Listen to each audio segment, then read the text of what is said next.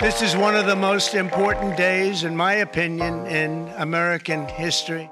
President Donald Trump announced sweeping new tariffs on the entire world. That's where we're starting the 7 from the Washington Post. I'm Hannah Jewell. It's Thursday, April 3rd. Let's get you caught up with today's 7 stories. At a White House event yesterday afternoon, the president announced the largest increase in tariffs in U.S. history. All goods imported into the U.S. will face a new 10% tariff. In addition, about 60 countries will face even higher import taxes. Speaking in the Rose Garden, Trump justified the move in vivid terms. April 2nd, 2025 will forever be remembered as the day American industry was reborn, the day America's destiny was reclaimed, and the day that we began to make America wealthy again. We're going to make it wealthy, good and wealthy. For decades, our country has been looted, pillaged, raped, and plundered by nations near and far, both friend and foe alike. Nations around the world criticized the move. Australia's President Anthony Albanese said the tariffs were not the act of a friend. And some world leaders said they would be fighting back with reciprocal tariffs. Here's European Union official Ursula von der Leyen. We are already finalizing the first package of countermeasures in response to tariffs on steel. And we're now preparing for further countermeasures to protect our interests and our businesses if negotiations fail. By imposing taxes on foreign goods, Trump says he wants to encourage manufacturers to move their overseas factories to the U.S.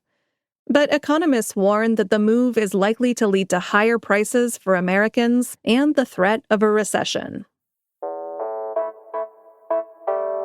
Elon Musk's setback in Wisconsin has sparked doubts about his political future. That's number 2. The billionaire made himself a big part of the Wisconsin Supreme Court election this week.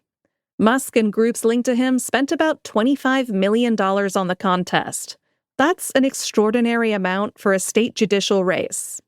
But despite that lavish spending, his chosen candidate lost decisively. The state Supreme Court will retain its liberal majority. This was by far the biggest rebuke of Musk since he became a close advisor to Trump during last year's campaign. And the loss in Wisconsin left some Republicans questioning his role. But the billionaire and his political action committee plan to remain involved in boosting Republican candidates. That won't necessarily sound like bad news to Democrats. They view Musk as the perfect villain to galvanize their voters in races to come. Number 3. The Trump administration fired the head of the World Trade Center health program.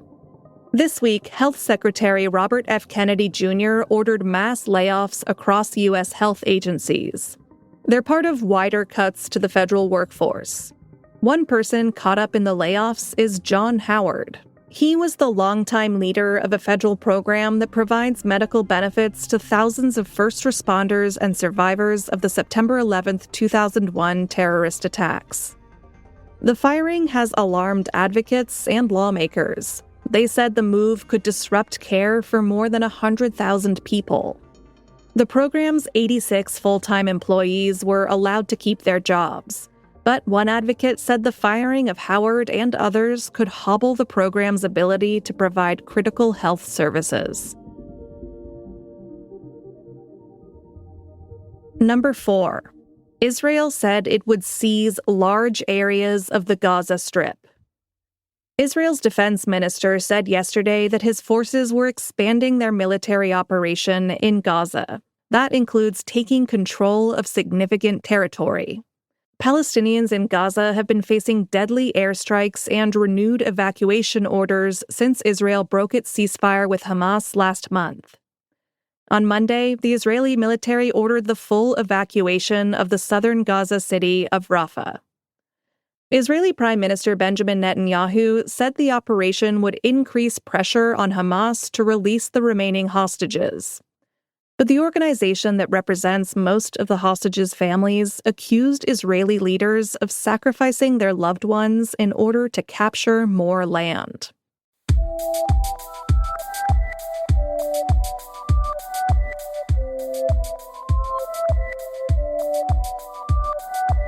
Potentially catastrophic storms are hitting the central U.S. That's our fifth story. The National Weather Service office in Memphis warned yesterday of generational flooding. States of emergency have been declared in Tennessee and Kentucky. In Bay, Arkansas yesterday, people reacted to seeing a massive tornado. Oh my goodness. Y'all, it's coming. There it is.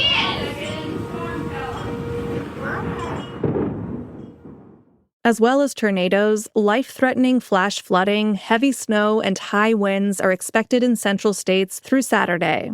So if you live in the affected areas, make sure you keep a very close eye on your local weather service for updates. Our newsletter today also has links to maps showing what to expect. Find that in our show notes.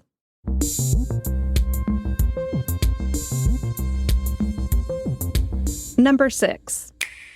Nintendo revealed more about its successor to the massively popular Switch. The Nintendo Switch was launched in 2017 and became the third best-selling console ever. It's still bringing joy to millions. But yesterday, Nintendo shared updates on its next-generation console. Its slightly unimaginative name is Switch 2. The Nintendo Switch 2 system can adapt to suit your situation, however you like to play. In an announcement video, Nintendo said the console will be released on June 5th. The base price without extras will be nearly $450. For that princely sum, you'll get upgraded graphics, better performance, and a more social multiplayer experience. And the release will coincide with a bunch of new games, including a new Mario Kart. So June 5th is going to be a big day for Nintendo fans. My co-writer Jamie is already planning to take a convenient sick day. And at number 7, a toddler accidentally discovered a 3,800-year-old amulet.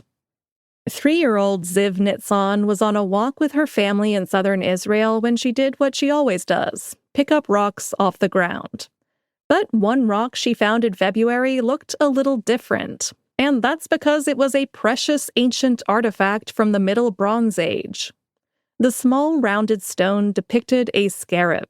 That's a dung beetle, which was considered sacred by ancient Egyptians and symbolized new life. The toddler's parents ran it through Google Lens and then contacted an antiquities authority. And it turns out it's not that unusual for children to stumble on ancient artifacts in Israel. An official said it happens a few times a year. They are, after all, the best observers. The toddler who found this amulet doesn't get to keep it, but she did get a nice certificate. All right, you're all caught up. Make sure you check out our newsletter today. You need to see a picture of that ancient amulet so that you know what to look for on your next walk. The newsletter is also where you can find links to all the stories I talk about here on the podcast and more. Follow the link in our show notes to sign up. Then sit back, relax, and watch the 7 Morning Briefing hit your inbox early every weekday. It's totally free. I'm Hannah Jewell. I'll meet you back here tomorrow.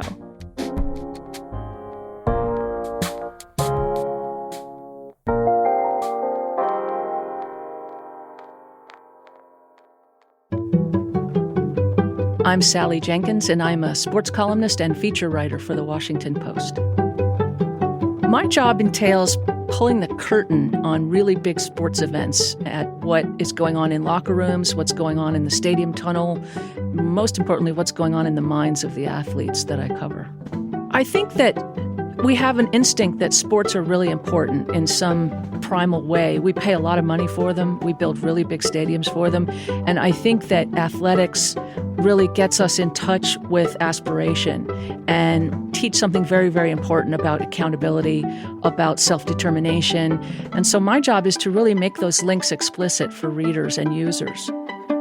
Subscriptions support this work and the people behind it. Find out more at subscribe.washingtonpost.com. I'm Sally Jenkins, and I'm one of the people behind The Post.